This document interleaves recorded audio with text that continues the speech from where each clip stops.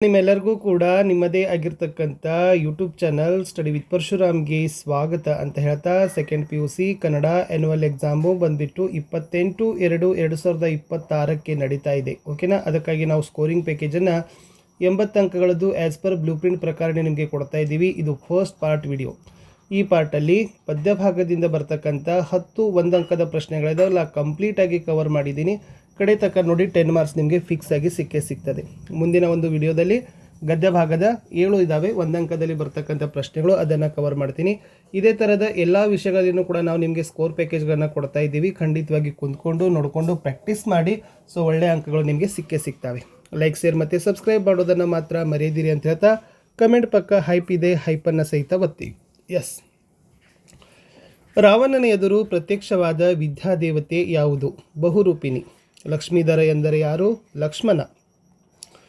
ಇವರನ್ನು ಕೊಲ್ಲುವುದಿಲ್ಲವೆಂದು ವಿದ್ಯಾದೇವತೆ ಹೇಳಿತು ರಾಮಲಕ್ಷ್ಮಣರನ್ನು. ರಾವಣನ ಅಂತಃಪುರದವರನ್ನು ಹಿಂಸಿಸಿದವರು ಯಾರು? ಅಂಗದಾದಿಗಳು. ದಶಾನನ ಎಂದರೆ ಈತ ರಾವಣ. ಮಯತನುಜ ಎಂದರೆ ಯಾರು? ಮಂಡೋದರಿ. ರಾವಣನು ಮಹಾಪೂಜೆಯನ್ನು ಎಲ್ಲಿ ಮಾಡಿಸಿದನು? ಶಾಂತಿಜಿನ ಭವನದಲ್ಲಿ. ವಿಯಚ್ಛರಾದೀಪ ಎಂದರೆ ಇವನು ರಾವಣ. ರಾವಣನು ಪ್ರಮದವನಕ್ಕೆ ಹೇಗೆ ಬಂದನು? ಅರಲಂಬುಗಳಿಲ್ಲದ ಕಾಮನಂತೆ. ರಾವಣನ ಆಗಮನವನ್ನು ಸೀತೆಗೆ ತೋರಿಸಿದವರು ಖಚರಕಾಂತಿಯರು. ರಾವಣ ಸೀತೆಯನ್ನು ಎಲ್ಲಿ ಇರಿಸಿದ್ದ? ಪ್ರಮದವನದಲ್ಲಿ ಇಸ್ ದ ರೈಟ್ ಆನ್ಸರ್. ಇನ್ನು ರಾವಣನ ಮಾತು ಕೇಳಿ ಮೂರ್ಛೆ ಹೋದವರು ಯಾರು? ಸೀತೆ. ಸೀತೆ ಇದನ್ನು ಹುಲ್ಲಿಗೆ ಸಮಾನ ಅಂತ ಭಾವಿಸ್ತಾಳೆ. ರಾವಣನ ರೂಪ. ಇವನಿಗೆ ಸೀತೆಯ ಬಗ್ಗೆ ಅನುಕಂಪ ಹುಟ್ಟಿತು. ರಾವಣನಿಗೆ ಕದಡಿದ ಸಲಿಲಂ ತಿಳಿವಂದದೆ ಕಾವ್ಯದಲ್ಲಿ ಇದು ತನ್ನಿಂದ ತಾನೇ ತಿಳಿಯಾಗುತ್ತದೆ. ರಾವಣನ ಮನಸ್ಸು. ರಾವಣನಿಗೆ ಯಾರ ಬಗ್ಗೆ ವೈರಾಗ್ಯ ಮೂಡಿತು? ಸೀತೆ. ಇವರಂ ಪ್ರಾಣಪ್ರಿಯರಂ ನೆಮಮಿಲ್ಲದೆ ಕರ್ಮವಶಮೇ ನೆವಮೇನೆ ಕದಂ ಪರ್ವಿ ಮೋಹದಿಂದ ಗಲ್ಚಿದಿ ನವಿ ವಿವೇಕಿಯನನ ಕುಲದ ಪೆಂಪಳಿವಿ ನೆಗಂ. ಇಲ್ಲಿ ವ್ಯಕ್ತವಾಗಿರುವ ಭಾವ ರಾವಣನ ಪಶ್ಚಾತ್ತಾಪ ಇಸ್ ದ ಆನ್ಸರ್. ಸೀತೆಯನ್ನು ರಾವಣ ಯಾರಿಂದ ಬೇರ್ಪಡಿಸಿದ? ರಾಮನಿಂದ. ಪೌರುಷ ಪ್ರಣಯಿ ಎಂದರೆ ಯಾರು? ರಾವಣ. ವಿಭೀಷಣ ಯಾರು? ಈತ ರಾವಣನ ಸಹೋದರ. ರಾವಣನಿಗೆ ಹಿತವನ್ನು ಹೇಳಿದವರು ಯಾರು ಅಂತ ಕೇಳಿದರು. ವಿಭೀಷಣ ಅನ್ನೋದು ಗೊತ್ತಿರಲಿ. ಇನ್ನು ಸೌಮಿತ್ರಿ ಎಂದರೆ ಯಾರು? ಲಕ್ಷ್ಮಣ. ಇವರಂ ಪ್ರಾಣಪ್ರಿಯರಂ ನೆಮಮಿಲ್ಲದೆ ಕರ್ಮವಶವೇ ನೆವಮೆನೆ ಕಂದರ್ಪ ವಿಮೋಹದಿಂದ ಗಲ್ಚಿದಿ ನ ವಿವೇಕ್ಯನನ ಕುಲದ ಪೆಂಪಳಿವಿವೆನಗಂ. ಇಲ್ಲಿ ರಾವಣ ಸೂಚಿಸಿರುವ ಪ್ರಾಣಪ್ರಿಯರು ಯಾರು ಅಂತ ಕೇಳಿದರು? ರಾಮ ಮತ್ತು ಸೀತೆ. ಇನ್ನು ಕದಡಿದ ಸಲಿಲಂ ತಿಳಿವಂದದೆ ತನ್ನಿಂತಾನೇ ತಿಳಿದ ದಶವದನಂಗ ದುದು ವೈರಾಗ್ಯಂ ಸೀತೆಯೊಳ ದಾತನೋಳ್ ಪುಟ್ಟದಲ್ತೆ ನೀಲಿರಾಗಂ. ಈ ಪದ್ಯಭಾಗದಲ್ಲಿ ಸಂಬಂಧಿಸಿದಂತೆ ಯಾವ ಹೇಳಿಕೆ ಸರಿಯಾಗಿದೆ? ಉದಾತ್ತನಾದ ರಾವಣನಿಗೆ ನೀಲಿರಾಗ ಉಂಟಾಯಿತು ಅನ್ನೋದು ಸರಿ ಇದೆ. ಇನ್ನು ಸಮಧಿಕರಾರ್ ಜಗತ್ರಯದೊಳಗಿನ ಸಮರದೊಳೆಂದು ತನ್ನ ಭುಜದಂಡ ನಿಕ್ಷಿಸಿ ಅಂತ ಇದೆ. ಇಲ್ಲಿ ಯಾವ ಭಾವ ವ್ಯಕ್ತವಾಗಿದೆ ಅಂತ ಕೇಳಿದ್ದಾರೆ. ಈ 2 ಸಾಲಿನಲ್ಲಿ ರಾವಣನ ಉತ್ಸಾಹ ಅನ್ನೋದು ಸರಿ ಬರ್ತದೆ. ಇನ್ನು ಏನಂ ಕೇಳದಪೇನೋ ರಘು ಸೂನೋ ಲಕ್ಷ್ಮಣ ಪೆಲ್ಲ ವಾರ್ತೆಯನ್. ಈ ಪದ್ಯಭಾಗ ಏನನ್ನು ಸೂಚಿಸ್ತದೆ ಅಂತ ಕೇಳಿದ್ರು? ಸೀತೆಯ ಆತಂಕ. ಇನ್ನು ನೆಕ್ಸ್ಟ್ ಇಲ್ಲಿ ಯಾವ ಹೇಳಿಕೆ ಸರಿಯಾಗಿದೆ ಅಂತ ಕೇಳಿದ್ರು? ಕೊಟ್ಟ ಪದ್ಯಭಾಗವನ್ನು ನೀಟಾಗಿ ಓದಿದರೆ ರಾಮನ ಆಯಸ್ಸು ಪ್ರಾಣದವರೆಗೆ ಬರಬೇಡ ಅನ್ನೋದು ಕರೆಕ್ಟಾಗಿರ್ತಕ್ಕಂಥ ಆಪ್ಷನ್ ಬರಬೇಕು. ಇನ್ನು ಮುಂದೆ ಹೋಗೋಣ. ತನು ಯಾವಾಗ ಕರಗಬೇಕಾದುದು ಅಂತ ಇದೆ. ಸೊ ಇದು ಬಂದುಬಿಟ್ಟು ಬಸವಣ್ಣನವರ ವಚನಗಳು ಅಂತಕ್ಕಂಥ ಪದ್ಯಪಾಠದ 1 ಅಂಕದ ಪ್ರಶ್ನೆ. ಮನ ಬೆರೆತಾಗ ಇಸ್ ದ ರೈಟ್ ಆನ್ಸರ್. ಯಾರ ಕೈಯಲ್ಲಿ ಚಂದ್ರಾಯುಧವಿದ್ದು ಫಲವಿಲ್ಲ? ಹಂದೆಯ ಕೈಯಲ್ಲಿ. ಯಾರ ಕೈಯಲ್ಲಿ ದರ್ಪಣವಿದ್ದು ಫಲವಿಲ್ಲ? ಅಂಧಕನ ಕೈಯಲ್ಲಿ. ಮಾಣಿಕ್ಯ ಇವರ ಕೈಯಲ್ಲಿದ್ದು ಫಲವಿಲ್ಲ? ಮರ್ಕಟನ ಕೈಯಲ್ಲಿ. ಶಿವಪಥವನ್ನು ಅರಿಯದಿದ್ದರೆ ಏನಾಗ್ತದ? ಲಿಂಗವಿದ್ದು ಫಲವಿಲ್ಲದಂತೆ. ಏನು ಹತ್ತಿ ಉರಿದಡೆ ನಿಲ್ಲಬಾರದು ಧರೆ. ಬಸವಣ್ಣನವರ ವಚನಗಳ ಅಂಕಿತ ಕೂಡಲ ಸಂಗಮ ದೇವ. ನೆಕ್ಸ್ಟ್ ಇಲ್ಲಿ ವಚನ ಇದೆ. ಇಲ್ಲಿ ಯಾವುದು ಚಿಂತನೆ ಇದೆ ಅಂತ ಕೇಳಿದರು? ರಕ್ಷಿಸಬೇಕಾದರೆ ಭಕ್ಷಕರಾದರೆ ಒದಗಿಸುವ ವಿಘಟನೆ ಅಂತ ಏನು ಮಾಡಿದ್ದಾರೆ? ಕೊಟ್ಟಿದ್ದಾರೆ. ಇನ್ನು ಅರ್ಥರೇಖೆ ಈ ಒಂದು ವಚನ ಇದೆ. ಈ ವಚನದಲ್ಲಿ ಮೂಡಿಬಂದ ಆಶೆ ಏನು ಅಂತ ಕೇಳಿದರು. ಇಲ್ಲಿ ಶಿವಪಥವನ್ನು ಅರಿಯೋದು ಅನ್ನೋದು ರೈಟ್ ಆನ್ಸರನ್ನು ಕೊಡಬೇಕಿತ್ತು. ಎಸ್, ಮುಂದೆ ಬರ್ತೀನಿ. ಮುಂದೆ ಇರ್ತಕ್ಕಂಥದ್ದು ಉರಿಲಿಂಗ ಪೆದ್ದಿಯ ವಚನಗಳು ಅಂತಕ್ಕಂಥದ್ರಲ್ಲಿ 1 ಮಾರ್ಕರ್ ಕ್ವಶನ್. ಉರಿಲಿಂಗ ಪೆದ್ದಿಯ ವಚನಗಳ ಅಂಕಿತ. ಉರಿಲಿಂಗ ಪೆದ್ದಿ ಪ್ರಿಯ ಪ್ರಿಯೇಶ್ವರ. ಯಾರಿಲ್ಲದೆ ಹಗಲಿಲ್ಲ ಸೂರ್ಯ. ಪೌರುಷದ ಗ್ರಹದೊಳಗಿದ್ದವನು ಇದನ್ನು ಮಾಡೋದಿಲ್ಲ. ಮನೆ ಮನೆ ತಿರುವುದು. ಮಂಗಳಲಿಂಗ ಅಂಗದ ಮೇಲಿದ್ದವನು ಏನನ್ನು ನೆನೆಯೋದಿಲ್ಲ ಅಂತ ಕೇಳಿದ್ದಾರೆ. ಅನ್ಯಲಿಂಗ ಏನಿಲ್ಲದೆ ಬೆಳಕಿಲ್ಲ ಅಂತ ಕೇಳಿದರು. ದೀಪ ಇದರಿಂದ ಪರಿಮಳವನ್ನು ಅರಿಯಬಹುದು. ಪುಷ್ಪದಿಂದ ಇಸ್ ದ ರೈಟ್ ಆನ್ಸರ್. ಇನ್ನು ಮಹಾಗಣ ನಿರಾಳ ಪರಶಿವನಿಂದ ತೋರಿದ್ದೇನು ಅಂತ ಕೇಳಿದರು. ಲಿಂಗ ಗುರು ಲಘು ವರ್ತನದಲ್ಲಿ ವರ್ತಿಸಿದರೆ ಆಗದು ಆಚಾರ. ಯಾರೂ ಅನ್ಯಲಿಂಗವನ್ನು ನೆನೆಯೋದಿಲ್ಲ. ಮಂಗಳಲಿಂಗ ಅಂಗದ ಮೇಲೆ ಇದ್ದವನು ಗುರು ಹೇಗೆ ವರ್ತಿಸಬಾರದು? ಲಘುವಾಗಿ. ಇಲ್ಲಿ ವಚನ ಕೊಟ್ಟಿದ್ದಾರೆ. ಈ ವಚನದ ಪ್ರಕಾರ ಹಗಲಿಗೆ ಕಾರಣ ಕೇಳಿದರು ಸೂರ್ಯ.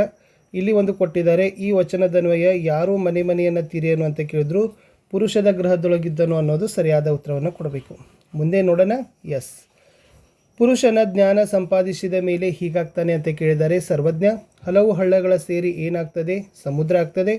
ಕವಿ ಸೋಮನಾಥನ ಪ್ರಕಾರ ನಿಷ್ಪ್ರಯೋಜಕನಾದ ಮಗ ಯಾರು? ಮುಪ್ಪಿನಲ್ಲಾಗದ.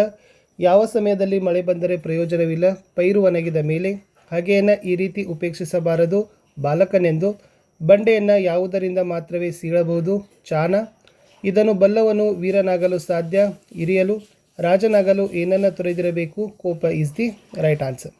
ಇನ್ನು ಯೋಗಿ ಅಂದರೆ ಅರಿಷಡ್ವರ್ಗ ಗೆದ್ದವನು. ಪುಲಿಗೆರೆ ಸೋಮನಾಥನ ಅಂಕಿತ ಹರಹರ ಶ್ರೀ ಚನ್ನಸೋಮೇಶ್ವರ. ಈ ವಚನ ಕೇಳಿದ್ದಾರೆ. ಈ ವಚನದಲ್ಲಿ ಯಾವ ಹೇಳಿಕೆ ಸರಿ ಅಂತ ಕೇಳಿದರು.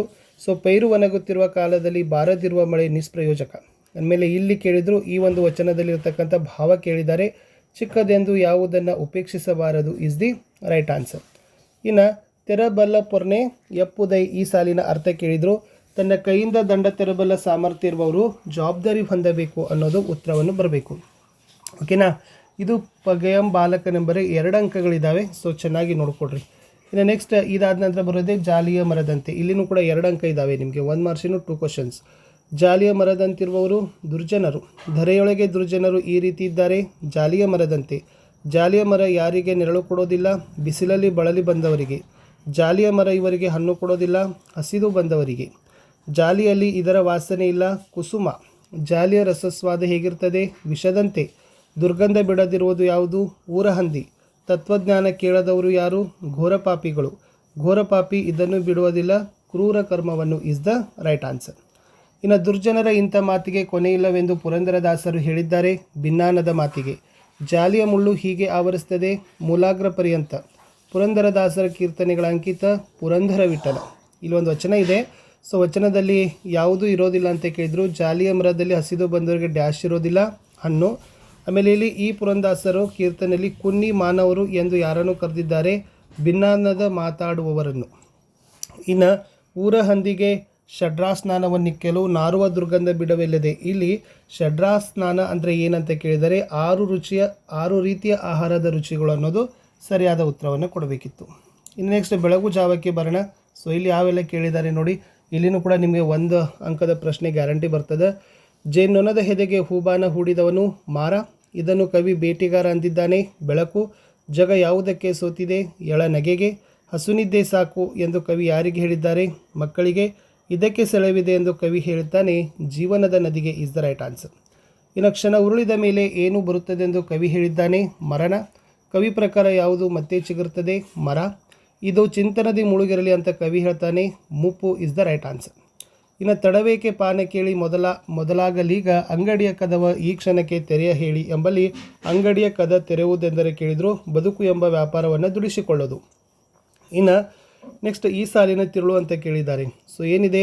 ಬಾನ ಹೊಗರಲುಂಟು, ಮರ ಚುಗುರಲುಂಟು, ಬರಲುಂಟೆ ಸುಗ್ಗಿ, ಮತ್ತು ಮುಳುಗಿರಲಿ ಮುಪ್ಪು ಚಿಂತನದಿ ತಾನು ಹರೆಯಕ್ಕೆ ಬೇರೆ ಹೊತ್ತೆ ಅಂತ ಕೇಳಿದರು.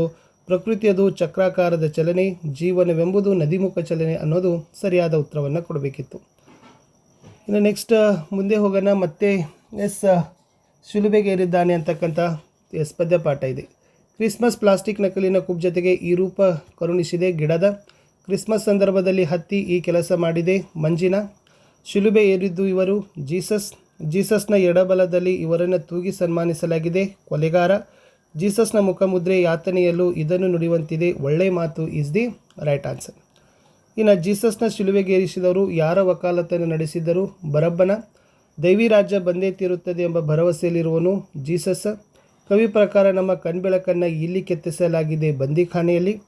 ಕವಿ ಪ್ರಕಾರ ಇದು ತಿಂಗಳಿಗೊಮ್ಮೆ ದೀಪ ಹಚ್ಚದ ಸ್ಥಳ.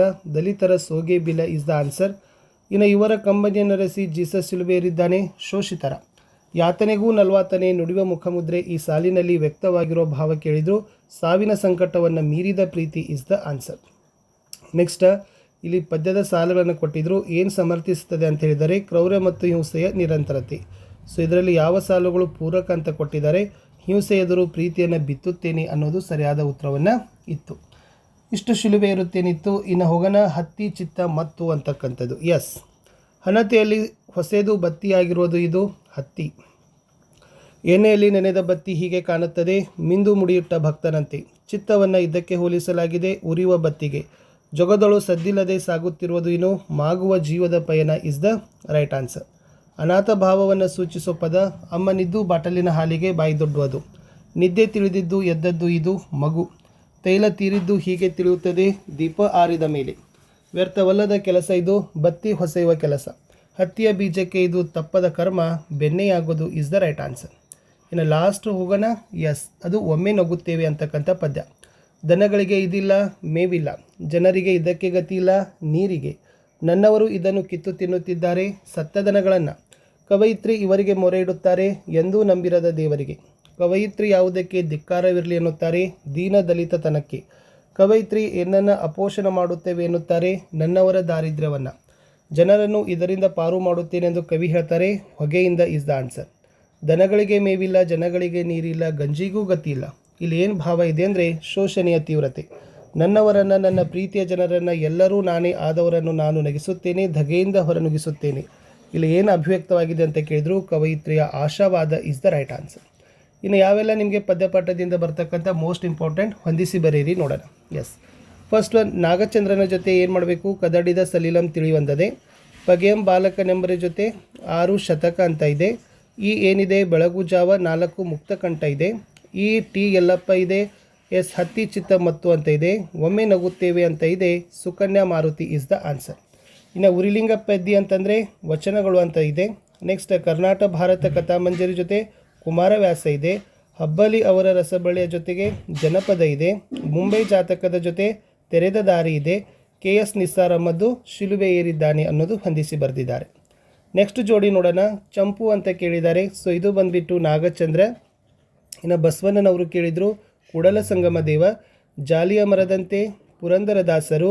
ಒಂದು ಹೂ ಹೆಚ್ಚಿಗೆ ಇಡ್ತೀನಿ ಲಲಿತಾ ಸಿದ್ದಬಸವಯ್ಯ. ಸುಕನ್ಯಾ ಮಾರುತಿ. ಒಮ್ಮೆ ನಗುತ್ತೇವೆ ಇಸ್ ದ ಆನ್ಸರ್.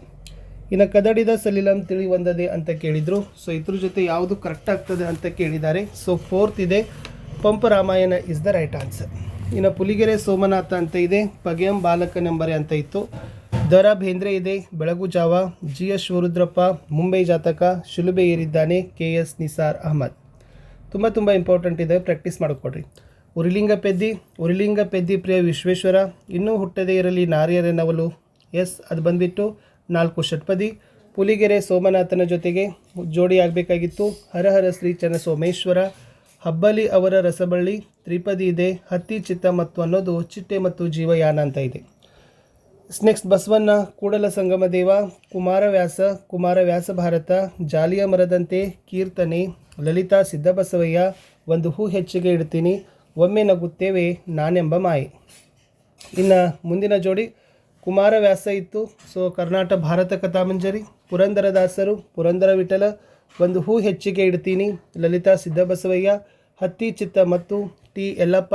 ಒಮ್ಮೆ ನಗುತ್ತೇವೆ ಬಿ ಸುಕನ್ಯಾ ಮಾರುತಿ. ಕರ್ನಾಟಕ ಭಾರತ ಕಥಾಮಂಜರಿ. ಕುಮಾರವ್ಯಾಸ ಭಾರತ.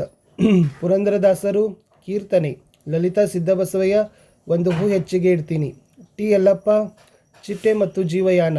ನಾನೆಂಬ ಮಾಯೆ ಸುಕನ್ಯಾ ಮಾರುತಿ. ಗದುಗಿನ ಭಾರತ. ಕರ್ನಾಟಕ ಭಾರತ ಕಥಾಮಂಜರಿ. ಜಾಲಿಯ ಮರದಂತೆ ಕೀರ್ತನೆ. ಲಲಿತಾ ಸಿದ್ದಬಸವಯ್ಯ. ಒಂದು ಹೂ ಹೆಚ್ಚಿಗೆ ಇಡ್ತೀನಿ. ಚಿಟ್ಟೆ ಮತ್ತು ಜೀವಯಾನ. ಹತ್ತಿ ಚಿತ್ತ ಮತ್ತು ಸುಕನ್ಯಾ ಮಾರುತಿ. ನಾನೆಂಬ ಮಾಯೆ. ಸೊ ಇಷ್ಟು ಮೋಸ್ಟ್ ಇಂಪಾರ್ಟೆಂಟ್ ಆಗಿರ್ತಕ್ಕಂಥ ಹೊಂದಿಸಿ ಬರೆಯಿರಿ ಜೋಡಿಗಳನ್ನು ಕೊಟ್ಟಿತ್ತು. ಸೊ ಚೆನ್ನಾಗಿ ಇದನ್ನು ನೋಡಿಕೊಂಡು ಪ್ರಾಕ್ಟೀಸ್ ಮಾಡಿ. ಸೊ ಮತ್ತೆ ನಾನು ಗದ್ಯ ಭಾಗದ 1 ಅಂಕದ ಪ್ರಶ್ನೆಗಳ ಉತ್ತರಗಳೊಂದಿಗೆ ಸಿಗ್ತೀನಿ. ಯಾಕಂದರೆ ಭಾಳಷ್ಟು ರೀತಿಯಾಗಿರ್ತಕ್ಕಂಥ ಪ್ರಾಕ್ಟೀಸ್ ಕ್ವಶನ್ಸ್ಗಳು ಇವೇ ಇದ್ದಾವೆ. ಯು ಬಿಟ್ಟು ನಿಮಗೆ ಬೇರೆ ಯಾವುದೂ ಬರೋದೂ ಇಲ್ಲ. ಓಕೆನಾ? ಸೊ ಹೇಗೆ ಅನಿಸಿತು ವಿಡಿಯೋನ ಕಮೆಂಟ್ ಮಾಡಿ. ಗದ್ಯ ಭಾಗದ 1 ಅಂಕದ ವಿಡಿಯೋದೊಂದಿಗೆ ಸಿಗ್ತೀನಿ. ಬಾಯ್.